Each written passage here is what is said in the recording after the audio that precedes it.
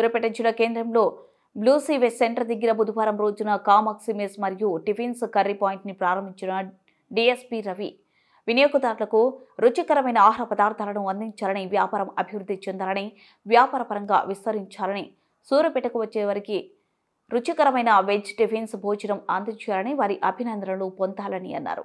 ఈ కార్యక్రమంలో హోటల్ నిర్వాహకులు భానుతు నరేందర్, కామాక్షి దంపతులు డీఎస్పీ రవిని శాలువతో సన్మానించారు.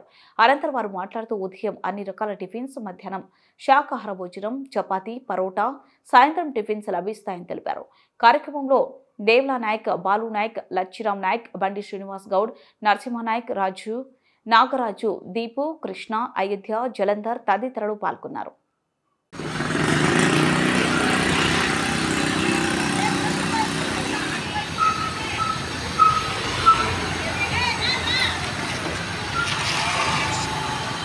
Right.